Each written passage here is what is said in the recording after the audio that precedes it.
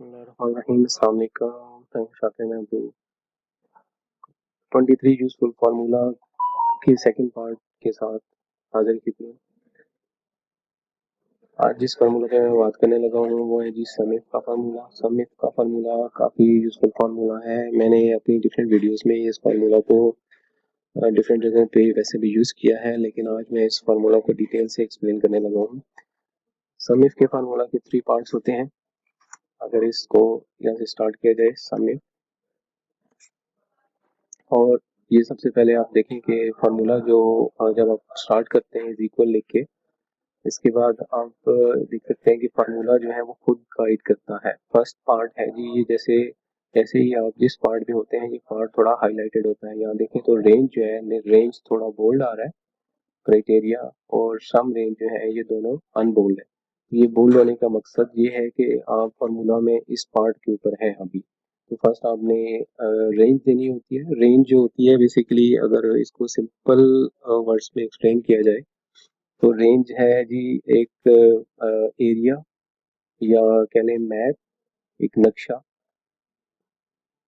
जिसके अंदर से फार्मूला ने बाकी वर्किंग करनी होती है।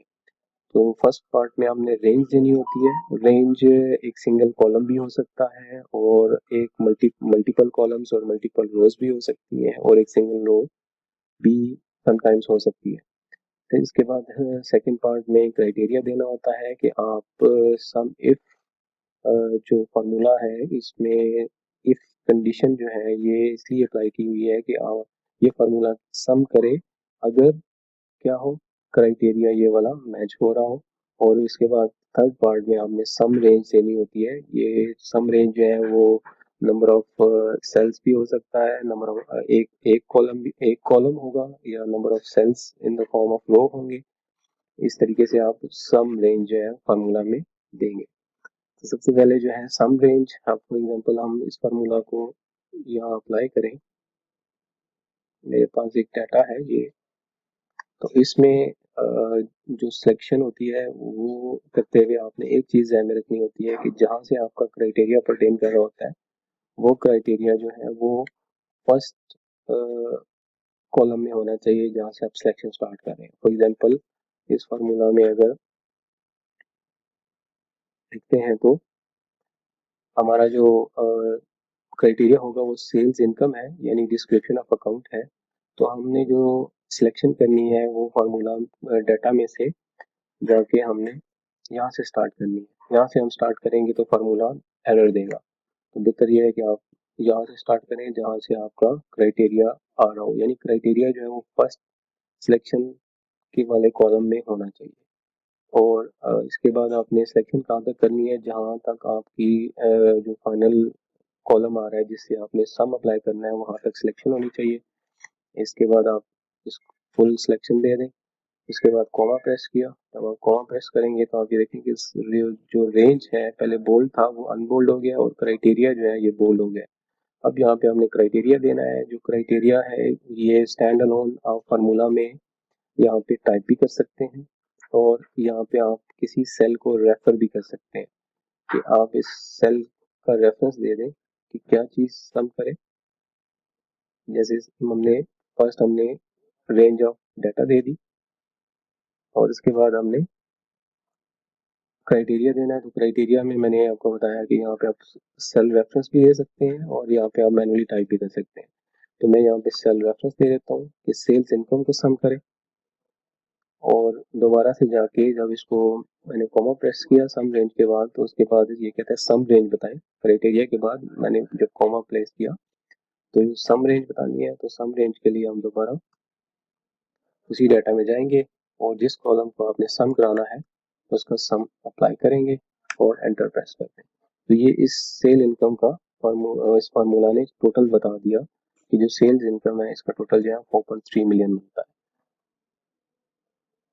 अब रेफर करने का जो क्राइटेरिया है, इसको रेफर करने का फायदा ये होता है कि आपने अगर जो क्राइटेरियाज हैं आपके इसी तरीके से एक कॉलम में रो के फॉर्म में लिखे हुए हैं, तो जब आप रेफर करेंगे तो इस फार्मूला को कॉपी पेस्ट करेंगे तो फार्मूला जो है सेकंड क्राइटेरिया को खुद ब खुद सम करके दे देगा।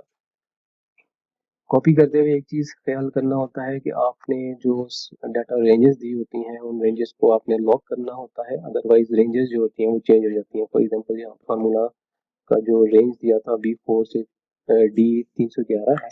अगर इस फार्मूला को जैसे मैंने सिंपल कॉपी पेस्ट किया है विदाउट लॉकिंग दी सेल्स, तो ये जो है सेल B4 से या B4 है और इसमें ये B5 हो गया है, B5 और D312, तो ये नेक्स्ट रेंज में चला जाता है। तो इस सिचुएशन में आपने जो सेल रेंजेस होती हैं इनको नीचे पेस्ट करने से पहले अब यहाँ पे F4 प्रेस करके इन रेंजेस को लॉक कर दिया करें ताकि आपका फार्मूला जो है वो सही रिजल्ट देता रहे।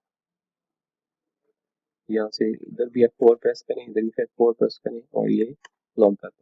ये है सिंपल यूज इस फार्मूला का। इस फार्मूला को आप इस तरीके से भी यूज कर सकते हैं। फॉर एग्जांपल हम यहाँ पे सम इफ दोबारा स्टार्ट करें